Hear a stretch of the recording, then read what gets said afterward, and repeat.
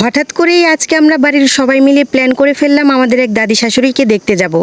উনি অনেকদিন যাবতীয় অসুস্থ। তিনি হচ্ছেন আমার দাদা শ্বশুরের আপন বোন।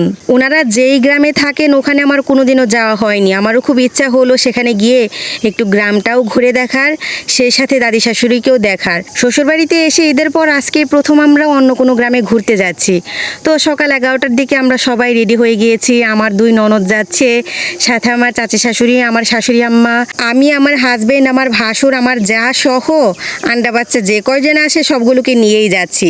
তো আমরা 2টা অটোরিকশা ভাড়া করেছি। এখান থেকে 2টা অটোরিকশা নিয়ে সেখানে যাব। ও বাড়িতে গিয়ে কিছুক্ষণ বসবো, গল্প করব, সবার সাথে একটু কুশল বিনিময় করব, কারণ আমার এবার প্রথমই ওখানে যাওয়া হবে। আমি এর আগে কখনো যাইনি সেখানে। মানহার বাবাও নাকি এর আগে ওখানে যায়নি। আমার ভাসুর গিয়েছেন। অটোরিকশায় ওঠার সাথে সাথে আমার ছোট আব্বাজান ঘুমিয়ে পড়েছে। এমনিতে ও দিনের বেলা কয়েকবার ঘুমায়। তো যাই হোক, আমরা সেই দাদি শাশুড়ির বাড়িতে এসে পৌঁছেছি। তো এখানে আসতে আমাদের 30 থেকে 40 মিনিটের মতো সময় লেগেছে। সবাই মিলে এসে প্রথমেই আমরা দাদি শাশুড়ির সাথে দেখা করলাম, ওনার সাথে অনেকক্ষণ কথা বললাম। এই যে আমার সেই দাদি শাশুড়ি, মাশাআল্লাহ উনি দেখতে এত সুন্দর, না জানি আগে কত সুন্দর ছিলেন। অনেক সুন্দর ওনার চেহারা, দেখেই মায়া লাগছে। মেহেদি লাগানো এই চুলগুলো আমার সব থেকে ভালো লেগেছে। আমি অনেকক্ষণ হাত বুলিয়ে দিলাম। আমার ওনার সাথে কথা বলতেও আজকে খুব ভালো লেগেছে, কারণ এত বয়স্ক মানুষ সচরাচর খুব কমই দেখা যায়। ওনাদের সাথে বসে যদি 5 মিনিটে একটু কথা বলা যায়, কেন জানি মনের মাঝে খুব শান্তি লাগে। ওনাকে দেখে আমার দাদি এবং আমার নানির কথা খুব মনে পড়ে গিয়েছে। ছোটবেলায় দাদি নানিরা কত আদর করতো।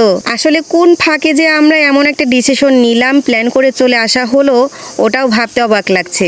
আজকে এখানে আসার পুরো পরিকল্পনা করেছে মানহার বাবা। গতকাল থেকেই সে বলছিল এখানে আসার জন্য। যাই হোক, আজকে পরিশেষে আমরা এখানে আসতে পেরেছি। ওদিকে এবারের সবাই রান্নাবান্নার কাজে ব্যস্ত হয়ে পড়েছেন। যদিও আমরা বলেছি যে এখানে বেশি একটা সময় থাকবো না। আসার সাথে সাথেই আমাদের সামনে ফল কেটে দেওয়া হয়েছে। সবাই মিলে একটু নাস্তা করে নিলাম। আসার 1 ঘন্টা আগে আমরা শুধু এ বাড়িতে ফোন করে বলেছিলাম যে আমরা দাদিকে দেখার জন্য আসতেছি। এর মাঝে সবাই কত আয়োজন করে রেখেছে।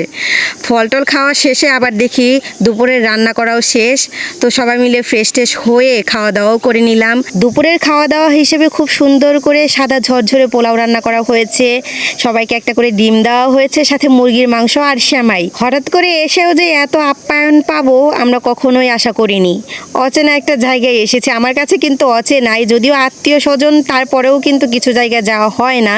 মানে যেমন শ্বশুরবাড়িতেই খুব কম আসা হয়, আর সেখানে দাদি শাশুড়ির বাড়িতে এসেছি, মানে আমার দাদা শ্বশুরের বোনের বাড়ি। সত্যি বলতে সবাই এত আন্তরিক, এত ভালোবাসা দিয়েছেন। সবার সাথে কথা বলেও খুব খুশি লেগেছে, আর ওনাদের আপ্যায়ন দেখে সত্যি আমরা মুগ্ধ হয়ে গিয়েছি। তারপর একটু এদিক সেদিক ঘুরলাম। উঠোনের এই কাঁঠাল গাছটাতে যে কি পরিমাণ কাঁঠাল ধরেছে, খুব সুন্দরভাবে ধরেছে। এই ছোট ছোট কাঁঠাল দেখে আমার কি যে ভালো লাগছিল। এগুলো যদি এখনই পেকে থাকতো আমি একটা ছিঁড়ে খেয়ে নিতাম। আত্মীয় স্বজনদের সাথে ভালো একটা সম্পর্ক রক্ষা করা কিন্তু আমাদের সবার উচিত। কিন্তু আমরা দূরত্ব আর সময়ের কথা চিন্তা করে অনেক জায়গায় যেতে পারি না, অনেকে আমাদের বাড়িতেও আসতে পারে না। যাই হোক, এখন আমাদের যাওয়ার সময় হয়ে গিয়েছে। সবাই একদম রাস্তা পর্যন্ত আমাদেরকে এগিয়ে দিতে এসেছেন। সবার আন্তরিকতা দেখে আমরা সত্যি খুব খুশি হয়েছি। সবার জন্য অনেক অনেক দোয়া আর ভালোবাসা থাকবে।